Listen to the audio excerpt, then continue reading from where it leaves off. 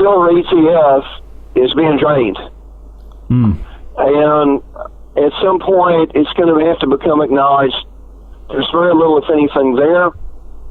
I've also speculated that it's possible, considering how low these people are, that there could be some mineral sites in Mexico, Peru, maybe other countries that are being mined with convict labor to supply the market. Now, I don't know this. I'm speculating.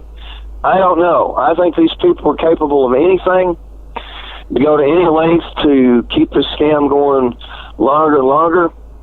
It's been 115 years since investors had an opportunity like this. The Rockefellers, the Vanderbilts, and Henry Ford made a fortune from the last energy-powered vehicle revolution. Let's seize the moment in the hottest sector in the world right now. Visit crushthestreet.com/win.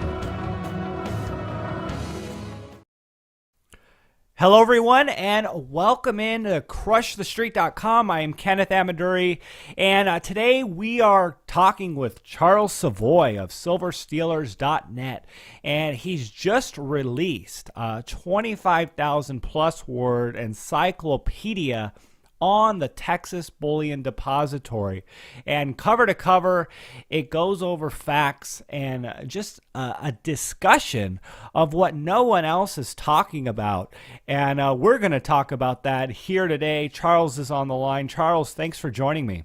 I'm happy to be here, Kenneth. Well, on June 12th, 2015, Texas Governor Greg Abbott signed into law the HB 483 Texas Bullion Depository Act, providing for a precious metals bank under the auspices of the state of Texas. So, Charles, let's start off with the conventional background as to why this is being presented to the people as a good thing. I think there's a lot of discontent with the Federal Reserve dollar, or Federal Reserve petrodollar, which it actually is, because people see that purchasing power just continues to skid and skid and skid, and they're looking at tremendous concern about the national debt, about to break through the $20 trillion mark, and they're worried about pensions, they're worried about their standard of living, they're worried about what can they grab hold of that won't go broke. And this is giving people an opportunity to deposit their funds and deposit their precious metals. And Texas is basically giving a hat tip to the fact that the federal government is on a direction, on a road to disaster. Yes, that's correct. But we have to understand that, see, I've looked at a lot of websites, Ken, about this situation, and I haven't seen anybody really plunge into it and pick it apart. There's some very bad influences trying to get hold of this. For instance, the state comptroller, Glenn Hagar, however he pronounces it, not only him, but the bill's primary sponsor, Giovanni Capriglione, who's virtually local to me, they both said that they're interested in getting an outside firm to manage the depository, I assume under the auspices or supervision of the state comptroller's office. And we have to tread like we're on thin ice with this, because there's all kinds of the money power never sleeps. It's been there since this country began in colonial times. It's never gone away. It's connected by a bizarre spider web of genealogies. It's always in the background. It overarches the state like a monumental spider web, but it is centered in Manhattan.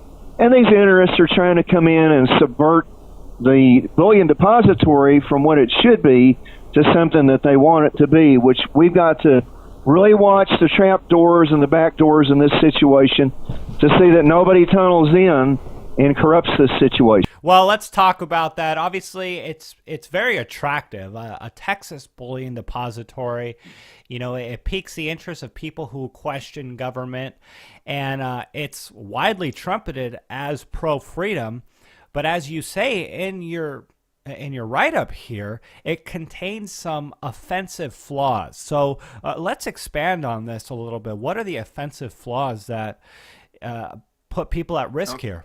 Okay, Ken. Well, first of all, I want everybody to understand I certainly have no goal to disparage the Bullion Depository. Rather, the goal is to call the dross out of the situation.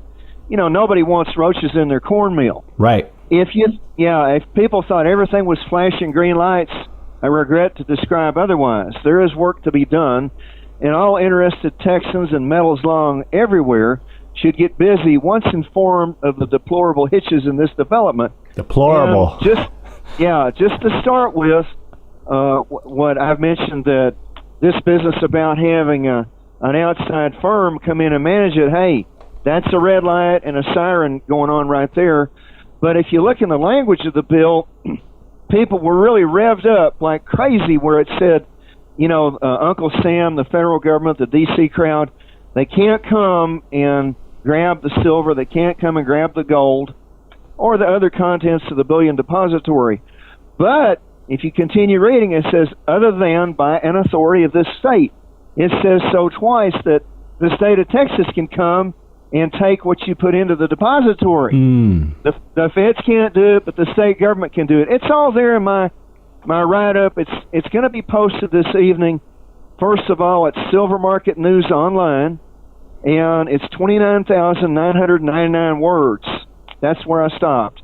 Okay, and I have put 460 hyperlinks into this, 131 illustrations into this, a great deal of history, all kind of documentation. I'm talking about all kinds of people involved that we cannot possibly cover all that in a limited time interview. And people should take the time to go through this and digest it, and maybe set up 3 or 4 sessions in an evening once they can start viewing it this evening, and copy the link and just click onto the link when they're ready to do.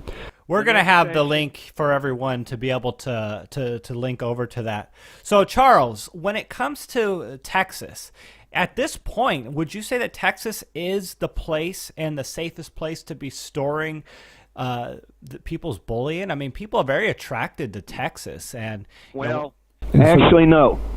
And the reason is, if you go to the Institute for Justice, anyway, it's in the documentary, Texas is currently rated a D or a D minus on the matter of civil asset forfeiture, where the state government can come in and say, hey, we suspect you committed a crime, so we're going to confiscate your property. And you're not being accused of anything, the property is being accused, and we're not going to charge you with anything, but the property is going to be charged. This is completely ridiculous. It's against the Constitution, the Bill of Rights. I've moved the majority of my silver to New Mexico several months ago because they rescinded civil asset forfeiture. You have to be convicted of a felony before the state government can take your assets. Now, the city of Albuquerque is being horsey about it, and the state government has filed a lawsuit against the city of Albuquerque because they don't want to go along with state law, which definitely holds sway over municipal law. But there are other people saying that, hey, be cautious about entering the Texas Bullion Depository. Let me give you an example. When procedures came out, medical procedures some years ago, to do a radial keratotomy on your eyes, and then later became laser, to be able to discard glasses and contacts, the smart folks said, hey, I'm not going to just jump into this. I'm going to wait several years till there's a large body of feedback from consumers. If it looks good, then I'll jump in, see?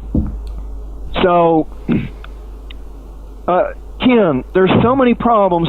For instance, most of the what we call the Texas gold that's waiting to be moved out of HSBC Bank, New York, to go into the depository is actually owned by UTIMCO, the University of Texas Investment Management Company. And Ken, UTIMCO is riddled with spooks.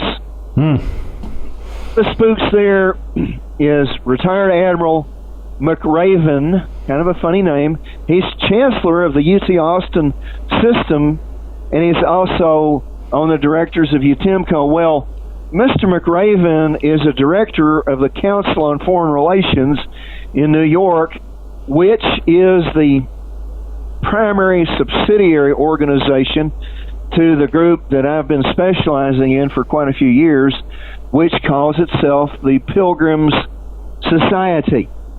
I've got quite a bit of information about the Pilgrims Society in the Bullion Depository write-up. It's a group that came into being in 1903, the USA branch, and basically what it does, it connects us to the British banking system.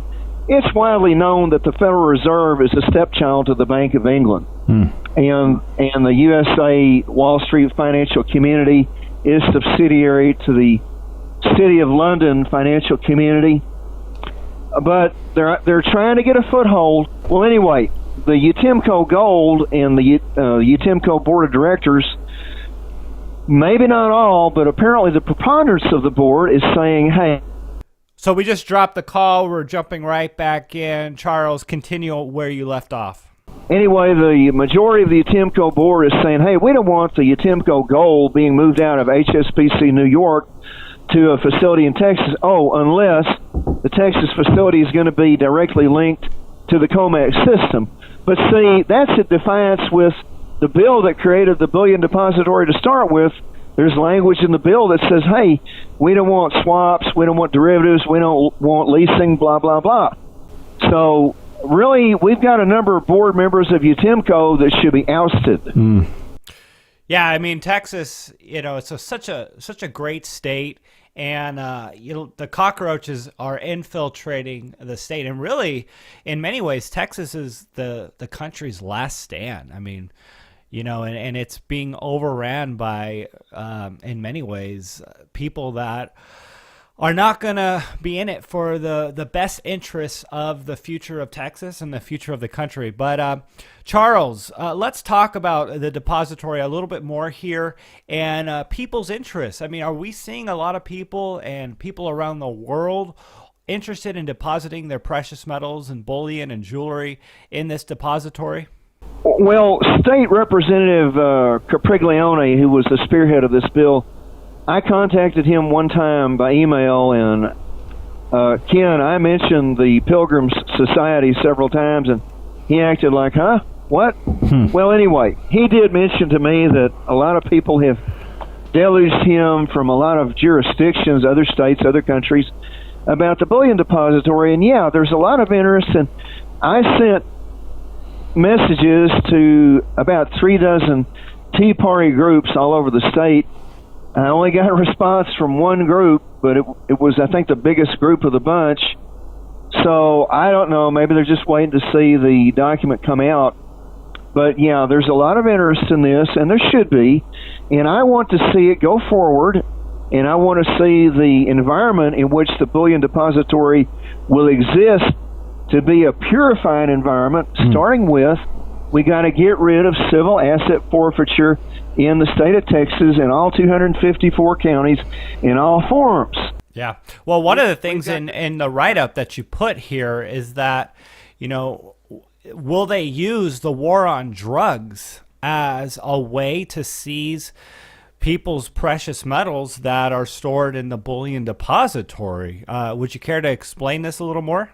Well, Ken, we've already seen that apparently we're protected from federal theft, but like I say, in two places in the bill, I think it's section 2116.023, there's a hyperlink in the document. You can go to it, look it up, other than by an authority of the state. So we have to be protected from all layers of government. Now, if somebody commits an arson, if somebody commits a murder, a rape, felony, whatever, then yeah, I don't care if you take everything they own, but if somebody hasn't been charged and convicted with a felony, that's one of the basics that this country broke away from Great Britain, was the basics of private property. And the movie The Patriot, where the redcoat says, this is the king's highway, we've got to get away from that.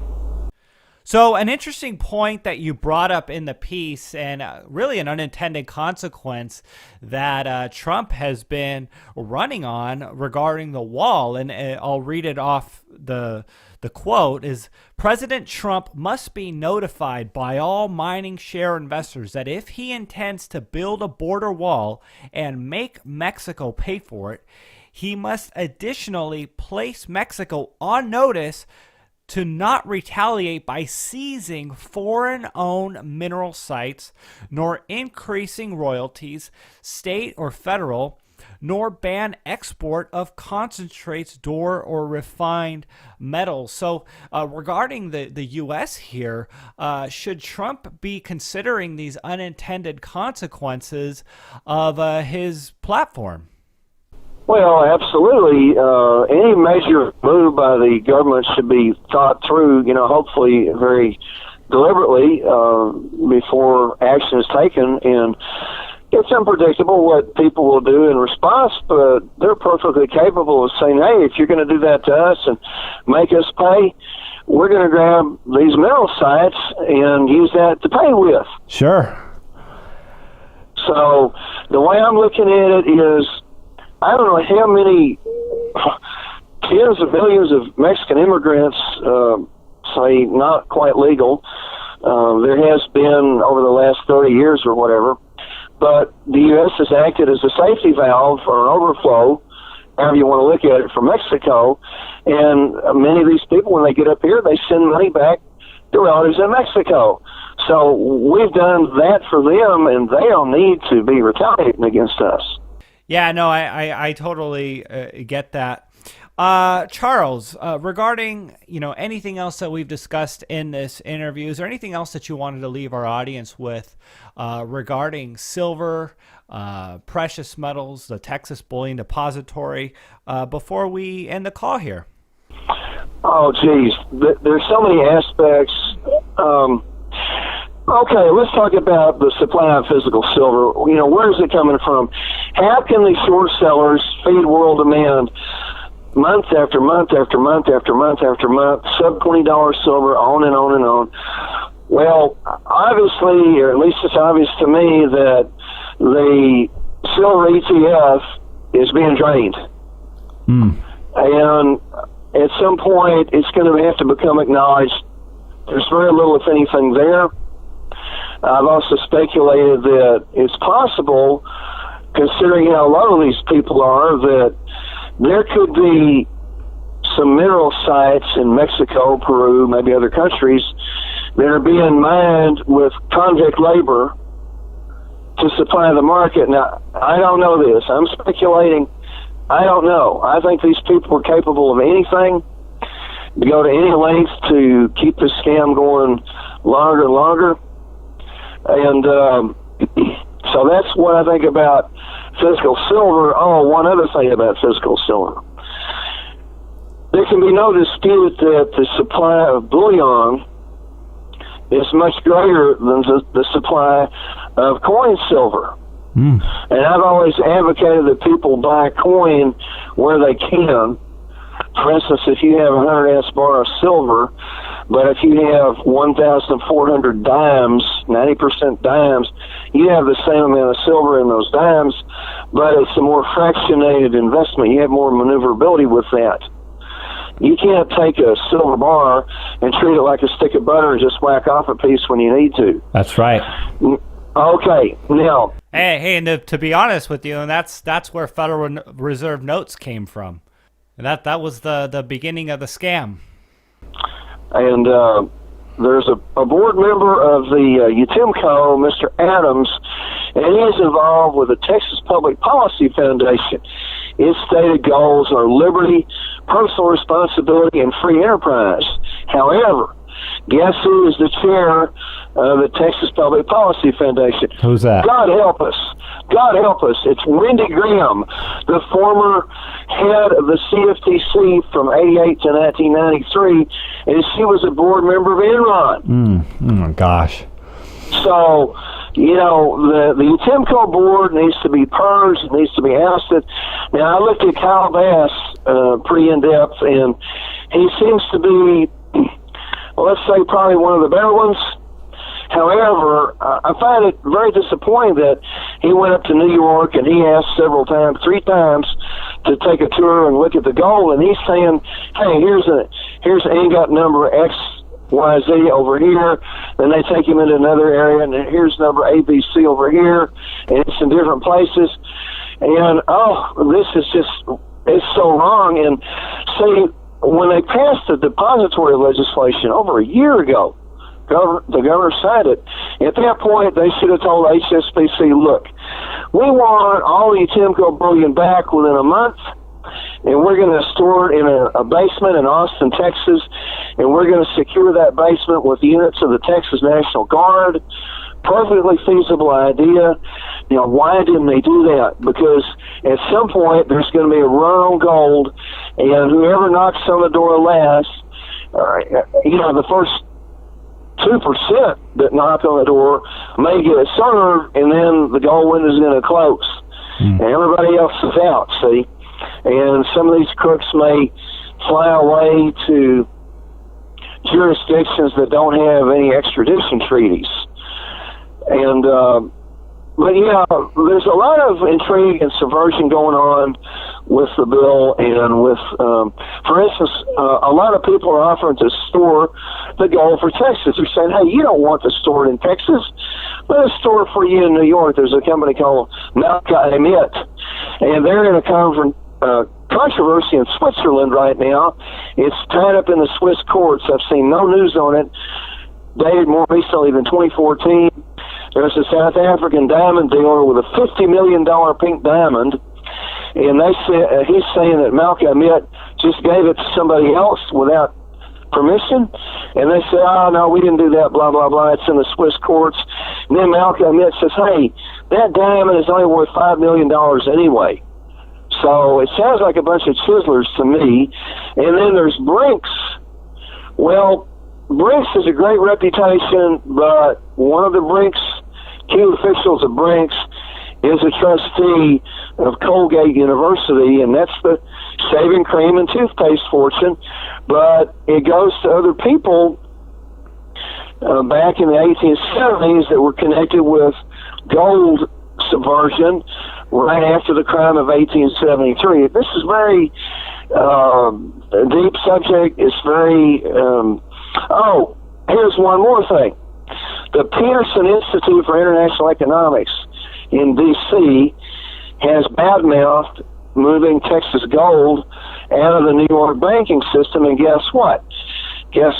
Lynn Forrester de Rothschild is one of the trustees of the Peterson Institute. Wow. Yeah.